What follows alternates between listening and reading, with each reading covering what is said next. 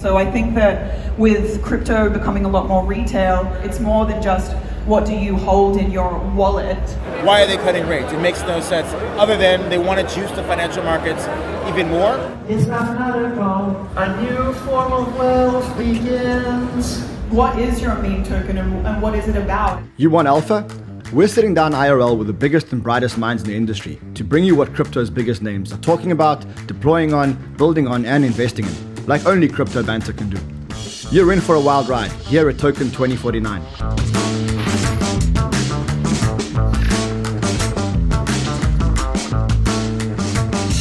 Welcome to Singapore, the biggest week in crypto we've seen possibly ever, with the crowds converging on the city by the bay for a week of Token 2049, 800 side events, and of course the F1. This special episode is brought to you by Fastex, a complete ecosystem reshaping the Web3 experience. We're back in Singapore, and this time we're here for Token 2049. You could say that we're in the beginning of the altcoin bull market, and we're here for the biggest crypto conference in the world. Let's go take a look inside. What's inside? Now officially the world's largest crypto gathering. This isn't just Bitcoin or ETH, Solana or blockchain or regulation. This is crypto. 20,000 hardcore crypto traders, workers, and enthusiasts, all comprising a critical mass in crypto that, despite a sideways market for the time being, shows no signs of slowing down, contrary to what the naysayers may be saying. Just look around. Thousands of people working day and night in this industry from across the world, from across a litany of exchanges, blockchains, protocols, dApps, DAOs, DeFis, and much more from every corner of the earth. And as always, you have crypto banter right here, IRL, like no other channel in the cryptosphere. This time bring our wider team in full force to access the full powerful network in crypto. With pleasure. You know we are family. We're family. Yeah. So, who's here? Crypto's leading voices. We had 𝗓𝗏𝗏𝗃 going viral, singing a song on stage. A new form of wealth begins. Hey, who here actually remembers that one? And 𝗏𝗏𝗏𝗃𝗏 on the floor showing his prized possession, the new Solana mobile phone. You never know who you'll see here.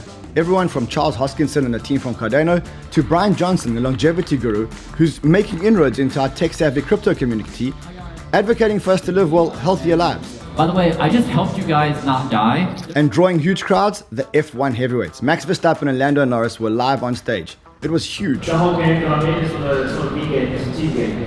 The team is everything. Forget F1 though. We're here for the crypto, and Token 2049 delivers on the alpha. This is Asia, where the pendulum swung, where the majority of spot trading happens. And this is all happening on the week that the Fed announced the first 50 basis point rate hike. All the betting markets like Polymarket, whose co-founders on stage, taking bets with the likes of the legend 𝗓𝗏𝗄𝗃, predicting the higher rate cut, calling for a bullish kickoff to some alts. 𝗖𝗙𝗃. All right, it's a great day today. It's fucking Fed Day. Our favorite person, Jerome Powell, is going to grace us with 25, 50, 75, whatever the fuck he decides to do tonight while you're all drinking at the bar. That's right, the spirit on the floor is high, along with the long-term bullish projections post-US elections. Speaking of elections, 𝗏𝗏𝗏𝗏𝗏 was here from the network state, and he was calling for blockchain technology to meet voting. It's a cryptographically verifiable vote, which you can prove you joined, you can see who others joined, and any third party can verify that these are real people rather than bots. It's proof by running proof of human.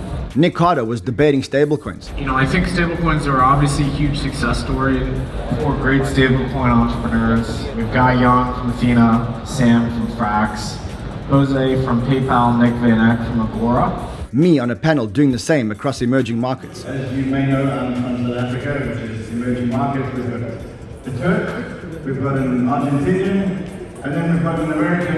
𝗏𝗏𝗏𝗏𝗏 Samani from Multicoin talking all things infrastructure. So do you agree that infrastructure is overfunded relative to applications, or no? Yes. You do think so? Yeah.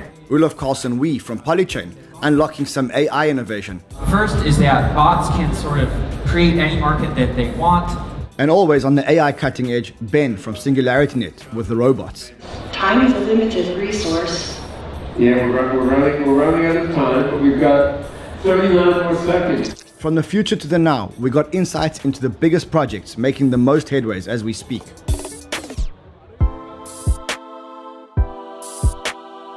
Two big headliners included Berachain, replete with their bearish-like founder on stage, to Pudgy Penguins making their case for real-world adoption. You had RWAs making a splash like Mantra in the upcoming October push, and big efforts from the likes of 𝗫, Akash, Incentive, and 𝗏𝗏, building, and building.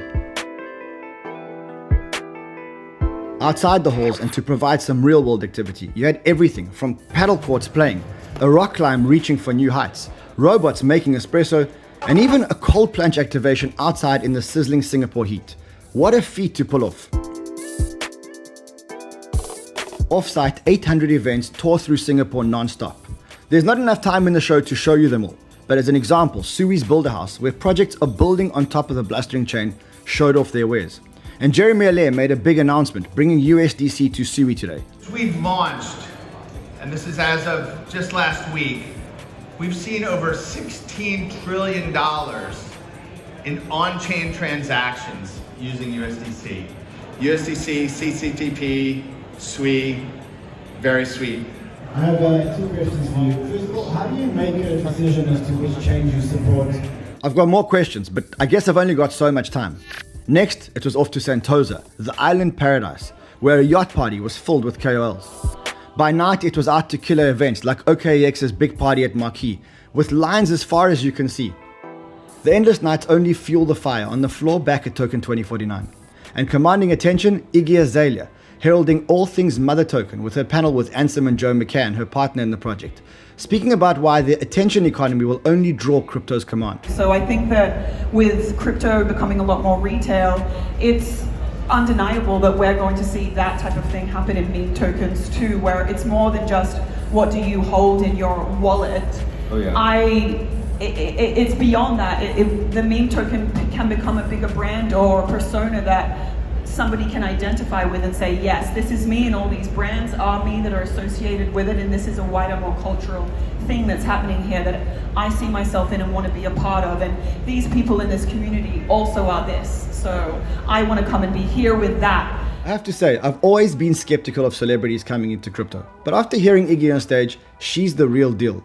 She's a businesswoman, she's building a real brand in crypto, and she's bringing a wider audience into the crypto world. I think what's really important beyond just the integration of the token into these sorts of products or things being relevant in future, but that they come with a discount or they come with an incentive to make the user say, okay, this club is valuable to me because I have these experiences that are on offer to me beyond the experience of a digital community, and it's going to have to develop that way for it to remain competitive here if we're going to have access to crypto freely. From the speaker stage, let's go to our crypto banter set and hear from one of 𝗬𝗍's partners, Joe McCann.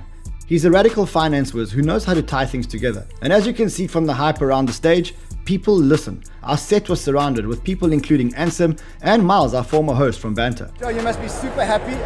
Rate cuts yesterday. You called a 50 basis point rate cut a long time ago when no one was talking about a 50 basis point rate cut. Why were you so confident? Look, I mean, Asymmetric is, a macro shop dressed up in crypto clothing. Me and my trading partner have almost 50 years combined experience trading macro products, cross-asset, cross-geo, every type of, instrument you could imagine. And the reality is crypto is just another sleeve within a macro portfolio. We believe that crypto is the optimal expression of macro today. So for us, it was kind of obvious. We looked at the data and we had a very strong view that real rates, which is the the Fed funds rate, or the rate that you can get in a savings account minus inflation, that's the general way of looking at it, was about 3%, which historically is 200% higher than the neutral rate, which is 1. And so the fact that you started to see a softening in the labor market and clear disinflationary metrics on the inflation side, that is enough firepower to get the Fed to cut 50 because they didn't cut in July. And so our view was way back at the beginning of July, because remember the Fed was supposed to cut at the end of July meeting. At the beginning of July, we wrote explicitly, if the Fed does not cut 25 in July, they must do 50 in September. And everyone thought we were crazy, and we just knew it was math. Bitcoin jumped, went over 60,000. Is this the beginning of the crazy run, or are there still road bumps along the way? Yeah, I mean, look, it's a great question. So at Asymmetric, one of the things that we track is global liquidity.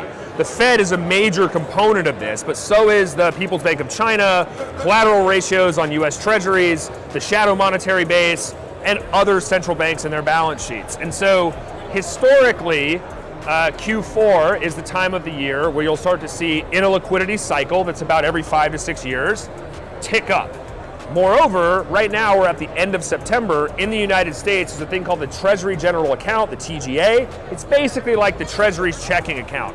They just collected a lot of money on corporate taxes due on September 15th. That pulls liquidity out of the system. Come October 1st, Janet Yellen is shoving that butt back into the market. So what we should expect to see at the beginning of October is a rise in US liquidity, which also begets liquidity around the globe. Actually, I want to pivot the conversation before we get there. You were with 𝗂𝗂𝗃𝗃 on stage today. And I must say, like, I've been pretty skeptical of celeb tokens, and I've been more skeptical of 𝗂𝗃𝗃. She seems like she's the real deal. What did you pick up that makes her the real deal? She thinks like an entrepreneur. She thinks like a business person.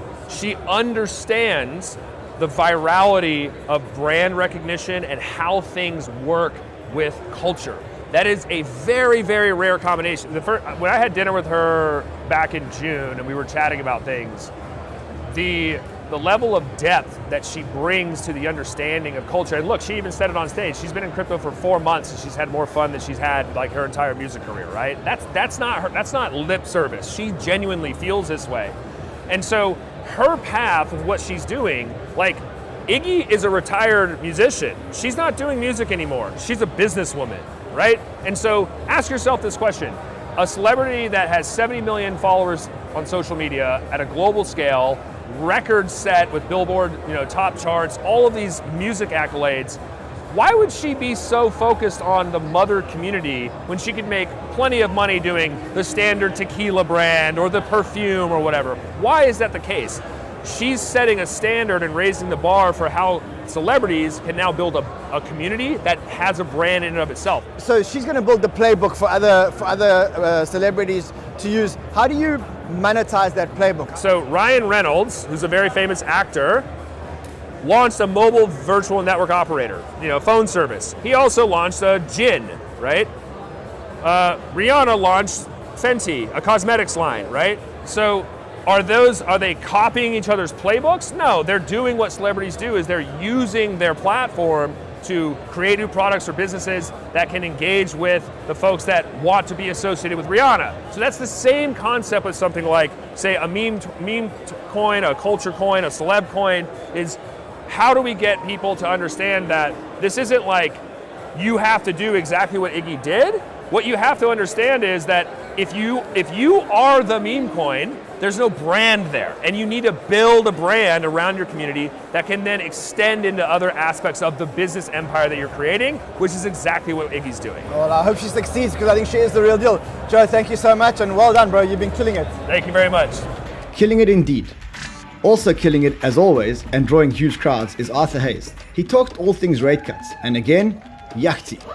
I wanted to talk today about what sort of crypto trades make sense and don't make sense in a falling interest rate environment.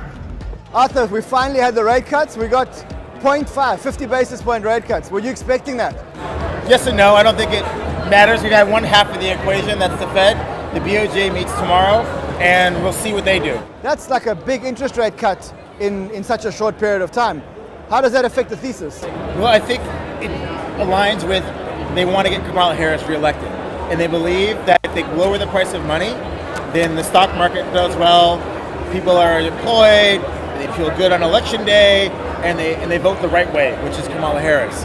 And so that's why they're cutting rates when the US economy is very strong. Low unemployment, real GDP growth quarter on quarter. Why are they cutting rates? It makes no sense, other than they want to juice the financial markets even more, but I believe it's not going to have the intended effect that they believe. Okay, tell me why not? Because of dollar yen. So if the market believes that the Fed is going to be extremely aggressive, dollar yen continues to strengthen. The yen strengthens against the dollar, and that yields more carry trade unwind. We saw what happens when the market aggressively unwinds leveraged Japanese carry trades from July 31st to August, I think 5th or 6th, a few weeks ago. So we're going to have a repeat of that. Under the assumption the Bank of Japan does nothing tomorrow, and they keep status quo, how do you position yourself between now and the next 6 months? I think you wait. The market's going to tell you what to do. I think, again, they're going to print more money, but I do still think that if you're talking about 100 basis points of rate cuts in 2 months, that's pretty aggressive. If you borrowed yen and you've watched that differential narrow this quickly in a few trading days, man, you are going to try to get out. You are selling what you can right now. And so I think that this is sort of a calm before the storm, and we're going to see some real fireworks in the next weeks or so. So you're not actually positioning yourself as full bull mode. We're going into altcoin season. You're saying, hold on, caution. If they raise if they drop dollar interest rates, the whole trade might actually close. Yeah, I mean, I'm long as well. It's more like, do I really want to be adding to positions? I have spare cash. Right now, it's sitting and earning, I don't know, 5% and short-dated T-bills. When do I move that cash out of T-bills? Because I know the rates are coming down, my interest income's coming down. When do I move more cash into crypto? That's the question that I have in my mind right now. And right now, I'm in a holding pattern. I'm just going to wait and see. And while you're waiting and seeing, you're obviously looking at certain narratives and you're thinking, hold on, when I allocate, these are the narratives I'm going to be allocating into. What are the narratives that you're kind of going, okay, if the market runs, then I'm allocating into these narratives. What are you looking at? So I spoke on stage yesterday about what happens when rates fall. A lot of trades in crypto are interest rate sensitive. So number one is 𝗖𝗓. Yes. The 𝗖𝗓 basis rate is close to or below US Treasury bills. Why would I be in 𝗖𝗓? So as T-bills drop and expected to drop, I believe that TVL grows in 𝗖𝗓 and the price goes up. Ethereum is an internet bond, right? It yields 3 to 4% on the staking yield. As that rate exceeds the Treasury bill rate or the expected Treasury bill rate, Ethereum gets a bid as well. Same with 𝗓𝗏, which is the leading ETH staking non-custodial platform. Altcoins have had a tough time. Question is, more Bitcoin or more altcoins now at this part of the cycle? I would go more in the majors. Bitcoin, ETH, Solana. That's because I believe that they're going to attract more capital. They'll perform well. If we have the wealth effect, say Bitcoin's 100,000, then I want to be in altcoins. Look at these things, are down 95% from like the highs in April. They start to become a lot more attractive as I'm up on my Bitcoin positions. Okay, so we're going to wait for see what happens on Friday, wait for the Bank of Japan. Hopefully they do nothing and we go to Valhalla. Maybe, we'll see. See you later, my friend. Awesome. I say Valhalla. As you can see, Arthur draws crowds wherever he goes, and deservedly so after all he's done for crypto. So Arthur's bullish, but let's hear what the other leading indicators in crypto, the funds and the VCs, think about these rate cuts. So Vance, we're sitting here, it's the eve of the first rate cut in, say, 5 years. We've been moving sideways on the markets for a long time. A lot of people have been shaken out by the sideways movement. How are you feeling on the eve of the first rate cut in 5 years?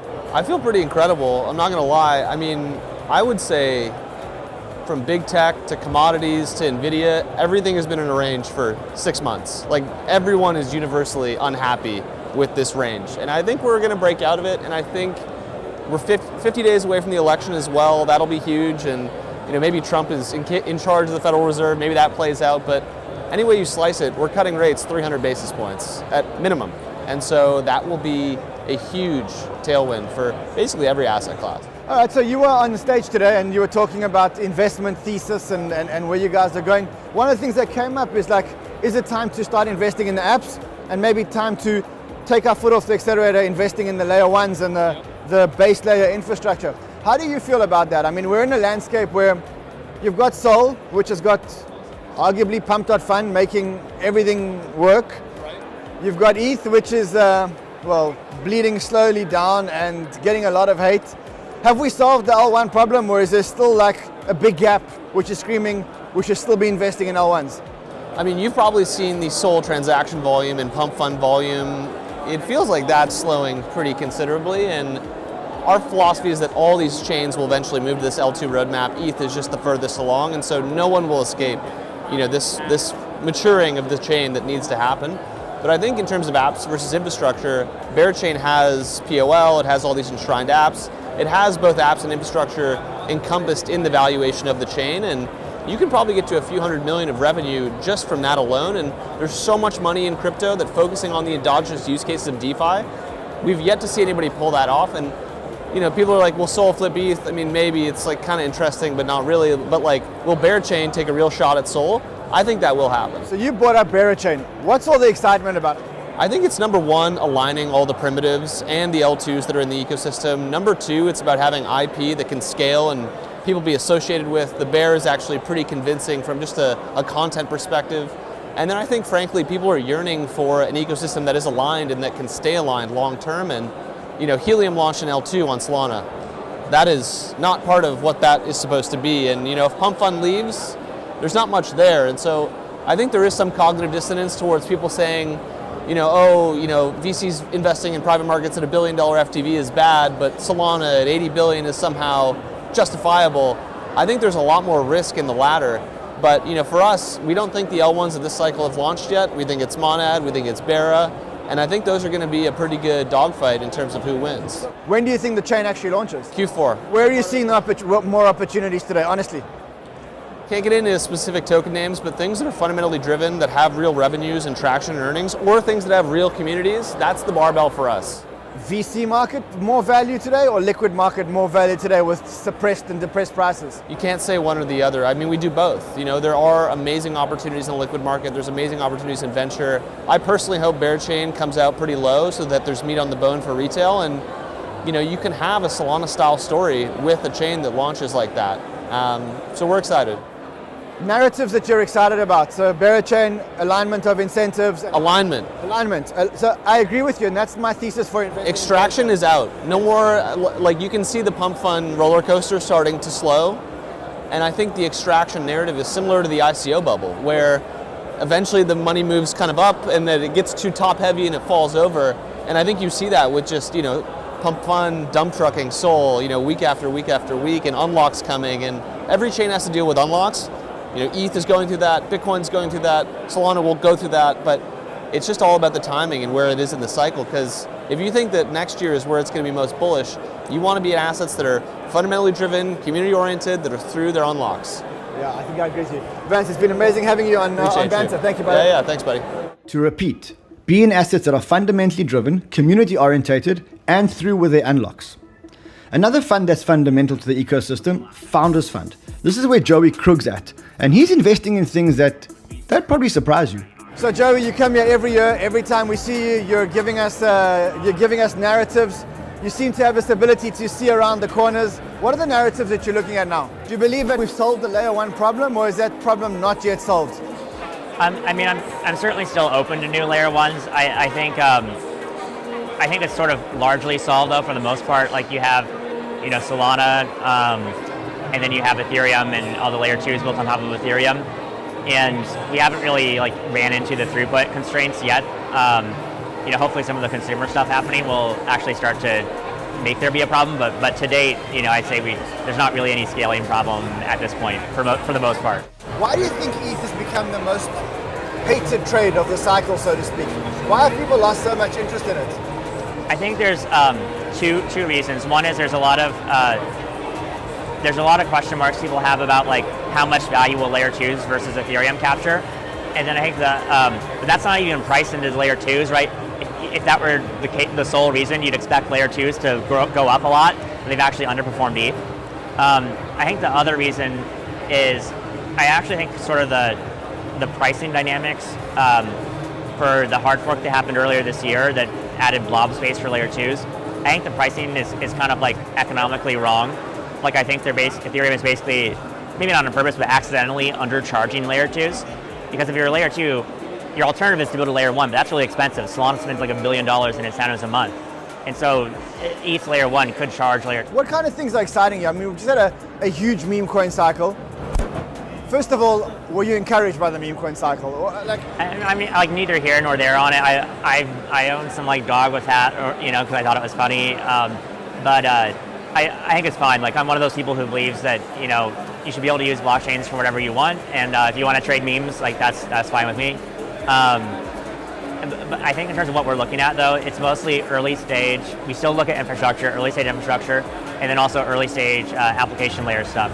On the application layer, we invested in Polymarket recently, and then also Pudgy Penguins. Tell me about Pudgy Penguins. One is they're kind of one of the only things in crypto that has a negative customer acquisition cost. They get paid to acquire customers, and the way it works is they sell tons of these penguins, physical penguin stuffed animals and stuff, in every Target and Walmart in the United States. And then each of those comes with a QR which you scan, and it onboards you to a lot of the Pudgy kind of stuff online. Eventually they're going to launch their own layer 2 that's focusing more on consumer use cases. And I think essentially they just have a really great brand. What else? Give me one more narrative that you guys are bullish on. I think the Bitcoin L2 thing is actually going to eventually happen. It's going to take a while. Like Arbitrum, took 2 or 3 years to launch, right? And so it's not like easy to build something new. But I do think there's like this huge amount of capital in Bitcoin that's sort of just sitting there that you could use to like borrow against your Bitcoin, which was obviously huge last cycle, but it was all these centralized businesses and they all blew up, right? But if you do it in a decentralized way, like MakerDAO or like Aave style, you don't have those same risks. So, Joey, thank you so much, my friend. So thanks good to for see having you. me. Good to see you too. And what's so good to see is that they're seeing the value of the real world adoption of Pudgy Penguins. So it's only fitting that we walk straight from our set to the stage and bring Luca, the founder of Pudgy Penguins, to the Banter fam. So 2 seconds ago, you heard from Joey Krug, who said one of the most exciting consumer applications of blockchain was Pudgy Penguins. So I managed to track down the CEO of Pudgy Penguins. Here he is, I got Luca with me. Why is everyone so excited, bro? Tell me what's going on. I think we've been pioneering the consumer crypto revolution for 2.5 years now, right? I think when you look at what Pudgy Penguins is doing, it's one of the only brands in which the entire family is getting around together. We're in Walmart, we're in Target, we're selling 150,000 toys every single month. Those toys are actually bringing people on chain, so they're working like Trojan horses. And I think we're just doing something that I think crypto's desperately needed. What made you guys different from all the other NFT projects? I think we managed expectations. We didn't promise the world. We built a real business. We built that business with our community, and we did nothing but just continuously give value to our holders and to our group. And we just made a promise, and we delivered on that promise. Tell me about the Pudgy Penguins business. I think there's 2 sides of the business. One is the traditional IP business, which sells toys, does licensing, has games. Again, our toy business is doing phenomenally well. Our licensing business is doing phenomenally well. I mean, we're partnering with some of the biggest and best brands around the world. Like I had mentioned a little bit earlier, we're in 10,000 retailers around the country, 150,000 toys we're selling every single week or every single month. So when you look at it from that perspective, like we're a self-sustaining business that's not dependent on going to our community and selling them more crypto goods, whether it's NFTs or tokens. So I think people have a lot of respect for what we've done. Okay, now Joey teased a layer 2. Tell me about how this whole thing feeds into a layer 2. So I think when you look at what Pudgy Penguins has accomplished is we've just created a mascot within crypto and a community within crypto that I think is unparalleled. And ultimately, we also have been building for consumer in a way that I think very few have. But when building for consumer, I was kind of exploring all these other L2s, and I realized, look, nobody's really building for consumer the way that I need them to build to ultimately solve the problems that I need to have solved. So rather than just waiting for somebody to go build an L2 that's positioned for consumers, that's going to solve the problems that I need them to solve, I was like, look, I see the same opportunity that we saw in NFTs that I see in the L2 landscape where, look, I don't think any of these guys are really doing the things that I need them to do, so I'm just going to do it myself. So we want... Under the assumption that there's 100,000 people watching us now, how do they get involved? You got to give us a follow, Abstract Chain on X, ABS on Instagram, and just stay up to date and just keep updated with all the new announcements. And if I want to invest in the Pudgy Penguins ecosystem, is the only way to do it still to buy the NFTs? I think right now it's just for the NFTs, and obviously you can be a part of the brand and be a part of the community in some small way. Go to your local Walmart, go to your local Target. We're also in Smith's and a bunch of other places around the world. But if you really want to have all the perks that come with owning a Pudgy Penguins, the status, the airdrops, the community, the access, you got to buy an NFT. Well, listen, brother, well done. I think what you guys have achieved is amazing. Thank you. And I wish you guys all the success in the future, and we'll be following you guys. I appreciate you, my friend. Thank you. Now let's take a break from all things Token 2049. As you saw earlier, you can play some paddle, you can climb a rock wall, you can get an espresso made by a robot, or you can even take a cold plunge. Take your pick. Remember, Banter fam, we can't bring you this exclusive coverage IRL that no other channel can bring you without our sponsors. This special episode is brought to you by Fastex, a complete ecosystem reshaping the Web3 experience. Fastex Exchange offers a secure, compliant platform for digital trading assets, while the wider ecosystem includes Fastex Card, Fastex Wallet, the ftNFT Marketplace, and the YoCerebrum Metaverse.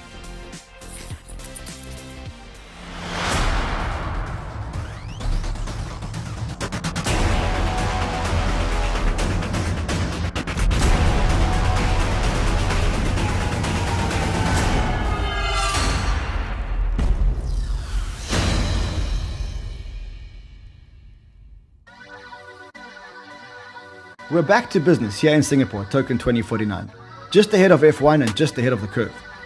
For me, I'm taking to the stage to get people up to speed on stablecoins and their uses in emerging markets. This is truly one of the biggest and most powerful use of blockchain's power. Here's, well, me. Blockchain is actually needed in emerging markets.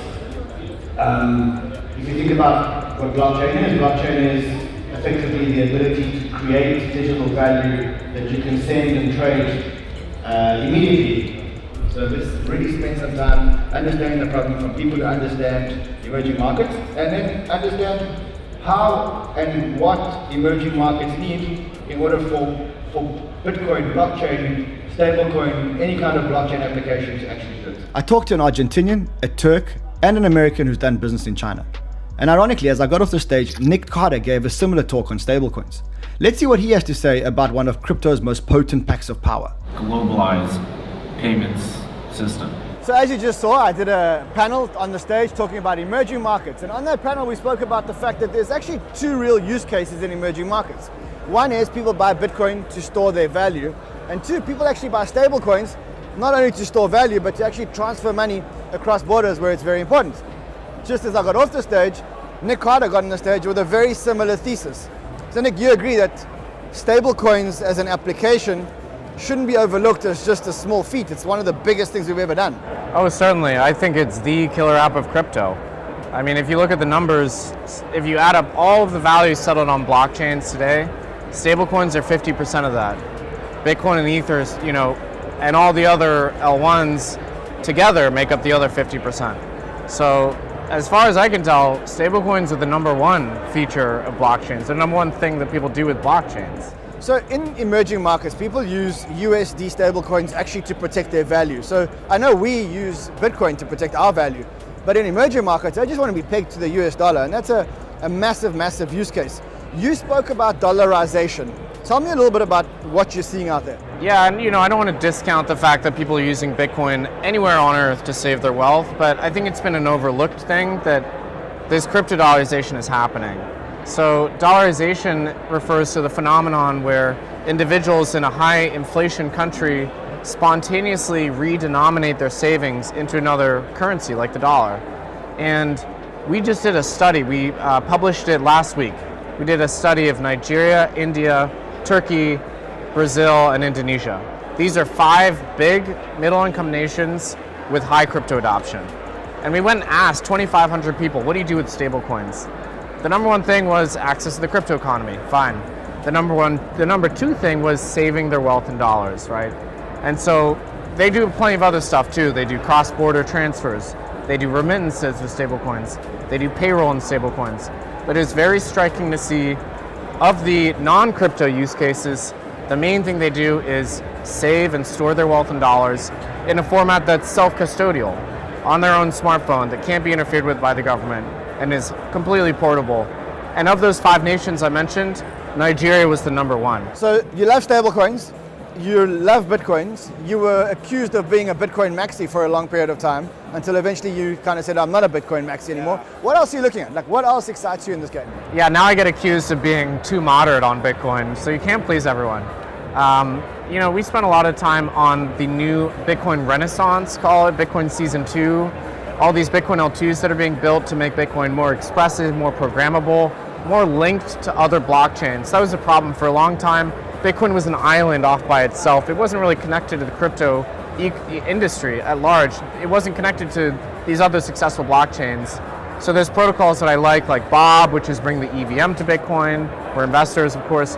Babylon, which is fascinating. They're bringing Bitcoin's assurances, the settlement quality, allowing other proof-of-stake blockchains to leverage that to increase their own security. That's something that really excites me, and I'm glad to see Bitcoin break out of its stasis and becoming more tightly integrated to the rest of the crypto space. So as someone who's got, I would say, a relatively solid purist view, how do you, when you see the market aping into shitcoin, meme coins, how does that, is that for you, through your lens, a good thing or a bad thing? I don't mind it. I mean, people like to trade, and meme coins are the current meta in the crypto space. It's interesting. I think the regulation in the US is responsible for a lot of the meme coin trading, believe it or not. So, previously crypto entrepreneurs tried to build cash flows into these tokens, governance rights, they tried to make them as equity-like as possible, right? Because they felt like they wanted to do right by their investors. In the US, the Securities and Exchange Commission took a very negative view of that, and their view was, paradoxically, the more you build in cash flows and real assurances into these tokens, the more we're going to come after you. So the reaction to that was a bunch of folks just created meme coins. They're promising nothing. There's no cash flows. There's nothing associated with it. It's just a name, right? So I think that's actually partly responsible for the explosion of meme coins. It's a law of unintended consequence. I think the SEC shot themselves in the foot there. Nick, good to see you, brother. Thank you. Also good to see is the rise of Bitcoin L2s. And here amid all the L1s and exchanges, etc., is a new novel idea on how to create a Bitcoin L2. This one's called the GOAT network. One of the big topics of discussion, not only here at the conference, but actually in Singapore, is around Bitcoin L2s, or in fact L2s, the L2 discussion. Now with me I've got someone who's building something very interesting. Initially, it's going to be a Bitcoin L2, but what he tells me is that one day it's going to be an L2 for all networks, one universal L2 for all networks. Tell me about the Bitcoin L2 that you guys are building at GOAT Network. Okay, well, thank you for having me. We're building a Bitcoin L2, which is among all now the many L2s that are getting built, but our distinguishing feature, which we're actually very proud of, is we're trying to deliver the more secure L2. In a sense, you may think about it as L1.9999, which is a little bit better than L2. That mainnet, inheriting the mainnet security at a lower cost possible. In fact, we call it a ZK rollup, the most costly efficient ZK rollup that allow you to inherit this security, and at the end of it, allowing users to get sustainable yields for a long term, not short term, whatever, and then at the end they disappear. So how does it work? So you got an L2 on top of Bitcoin. It's developing an L2 on top of Bitcoin. This L2, think about it as an environment, an experiment for which people actually can experiment, can do their financial activities, cheaper than L2. You're not reporting to L2 each time. You basically just report in the ZK knowledge at each point of time. There are many ZK rollups. That's why I don't want to get into the details of the technicals. There are many. What distinguishes us is what is the cost of the ZK rollup. What I'm actually spending a lot of time doing is that I can tell you that it's not efficient to do a ZK rollup if you don't have decentralization.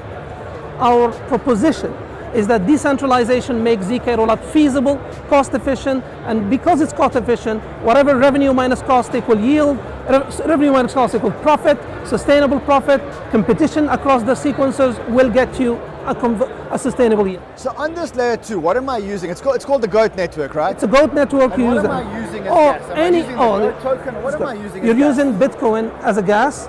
You're giving Bitcoin as a yield.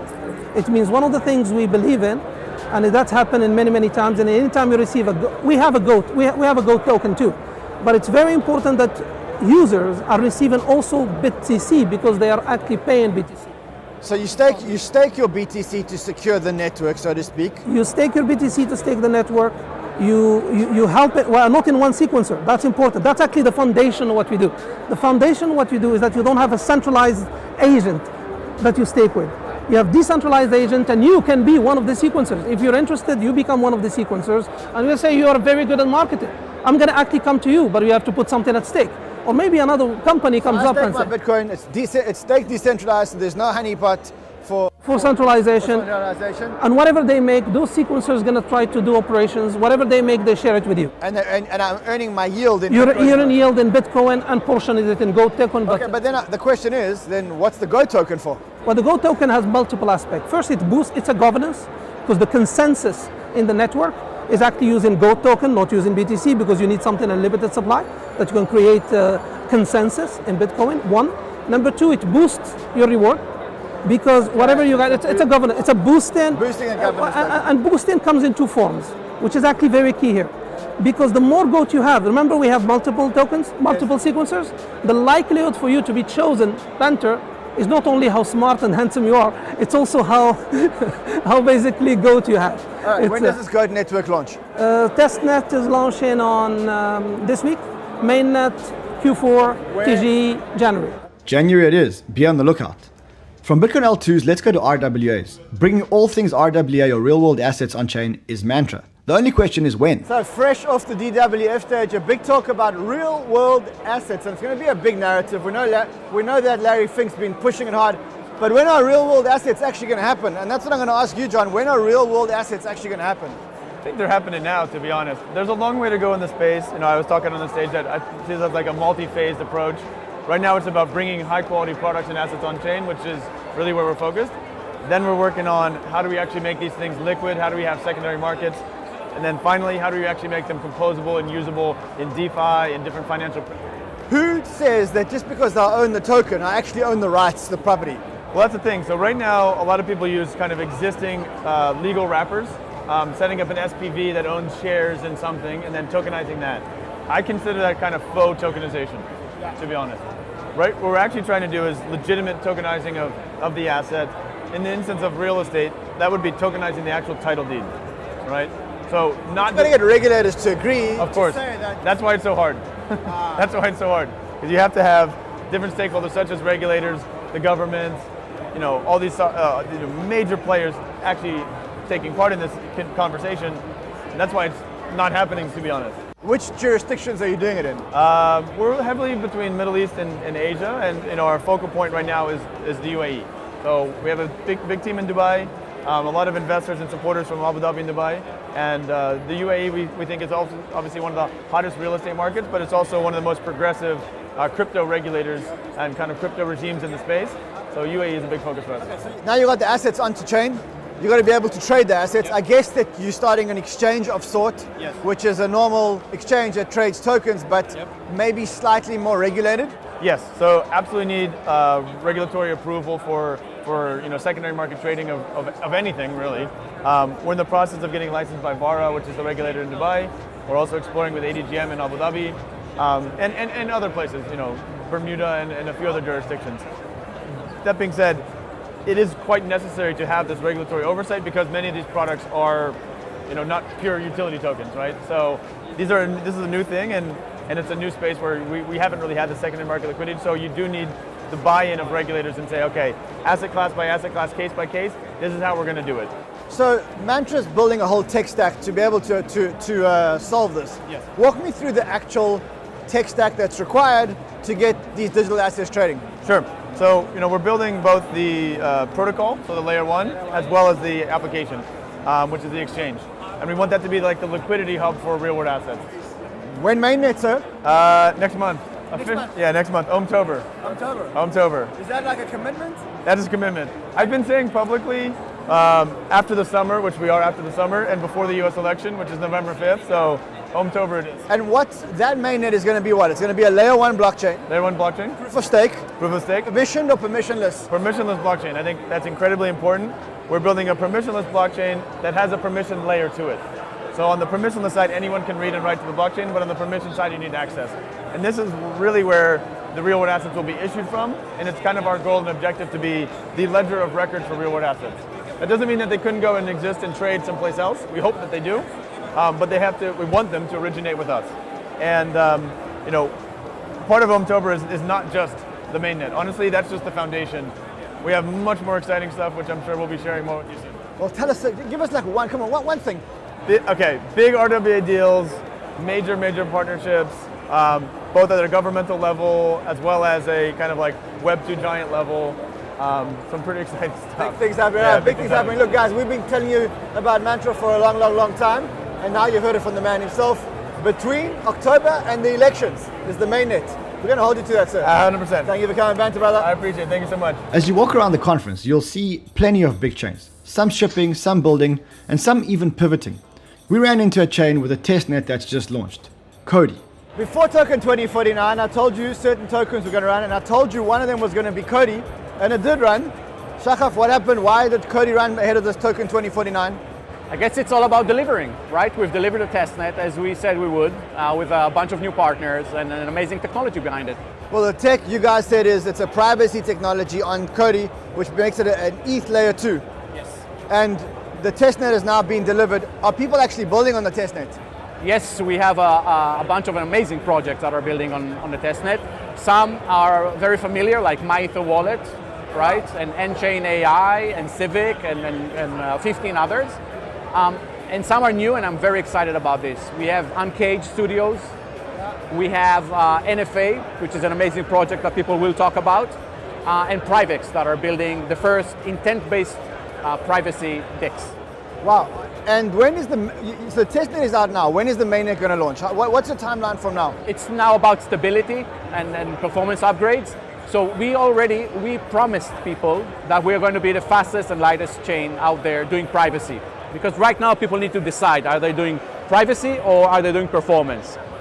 So with what we've built, we've benchmarked it, and it's about 1,800 times or 3,000 times faster and lighter than anything out there. And it's now benchmarked. We just released the article to kind of like show that.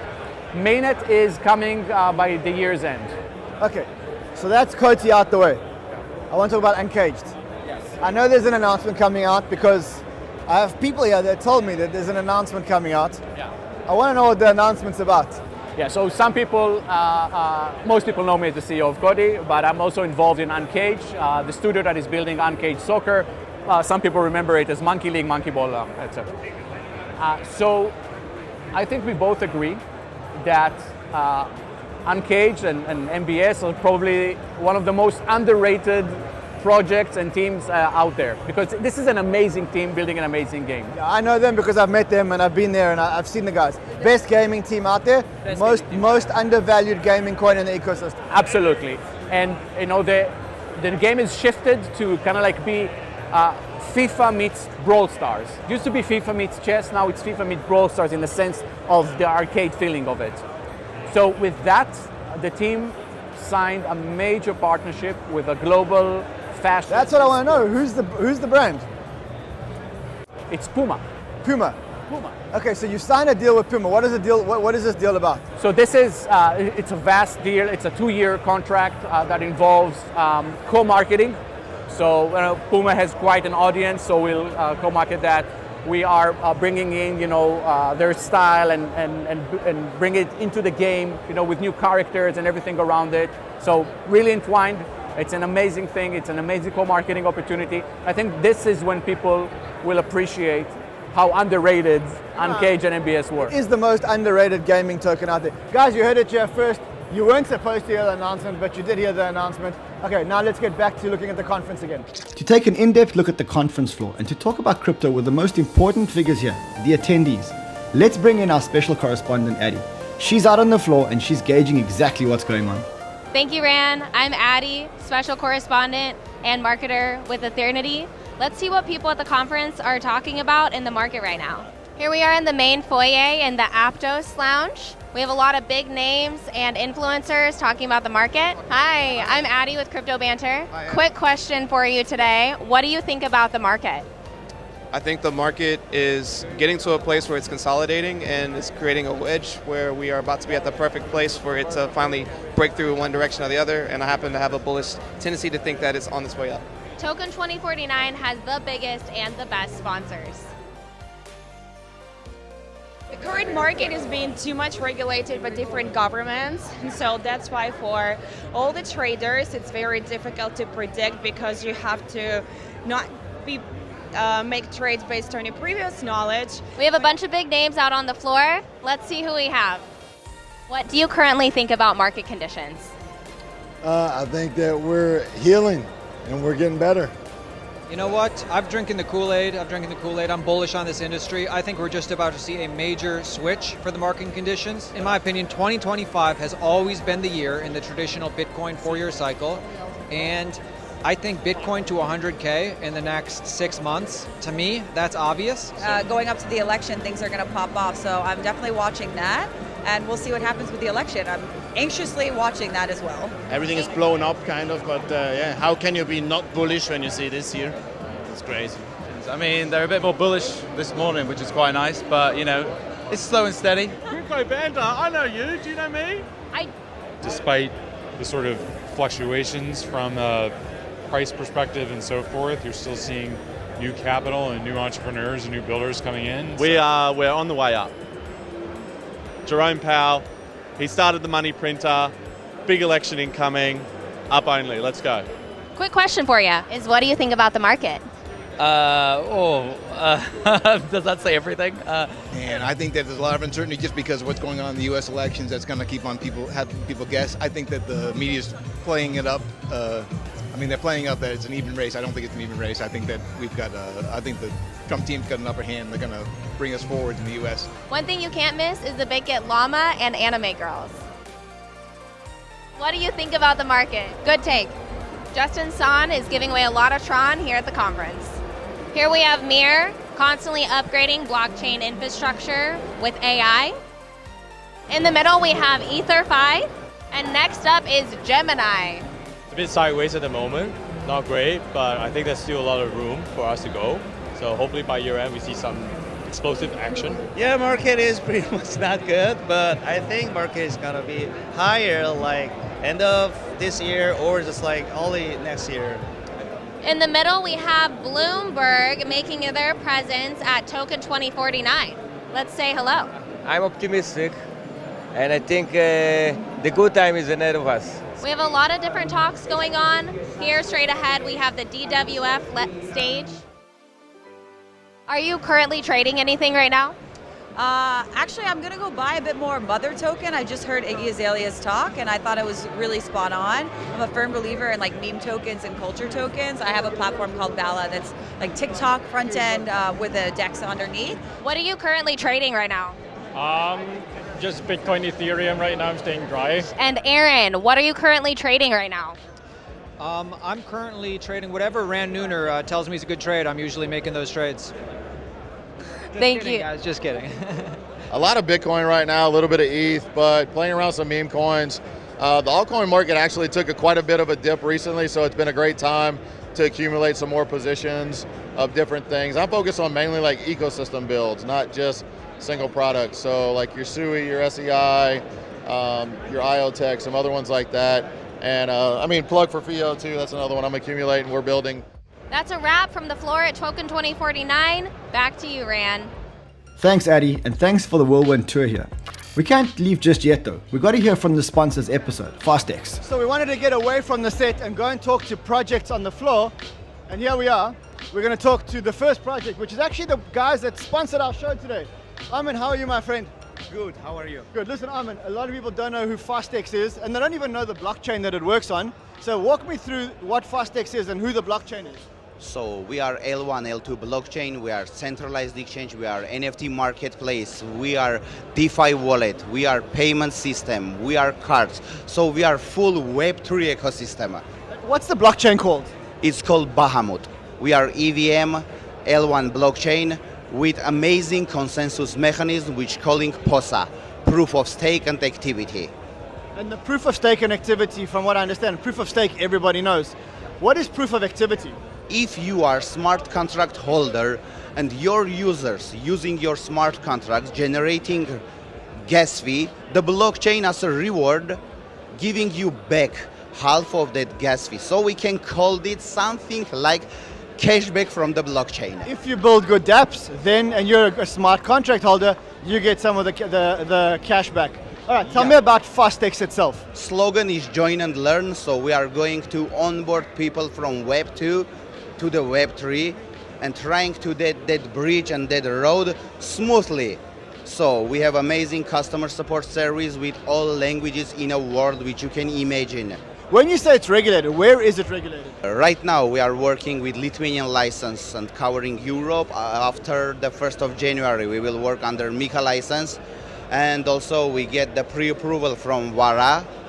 And very soon, hopefully very soon, we will get the final documentation from VARA and we fully can operate in Dubai. If you want to learn more about Fastex, where can we go? Just fastex.com. So guys, that's fastex.com if you want to hear more about this, more about the people that actually made this show here at Token 2049 possible. Speaking of Token 2049, let's get back to the show. Let's actually take a last look and a last survey of what we actually saw here at Token 2049. We leave here with 20,000 attendees from all over the world, all walks of life, all sorts of chains, projects, builders, developers, coders, funders, exchanges, marketers, traders, and everyday workers at a long litany of companies who are here building crypto all around the world.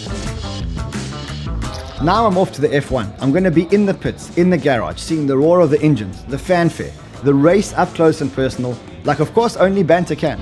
Just been in the pits. Gentlemen, start your engines, run a good race, cross the finish line, and remember, to trade well, my friends. And in Singapore, you've been loud in voice all week for the fan forums. Give it up, Orlando Norris.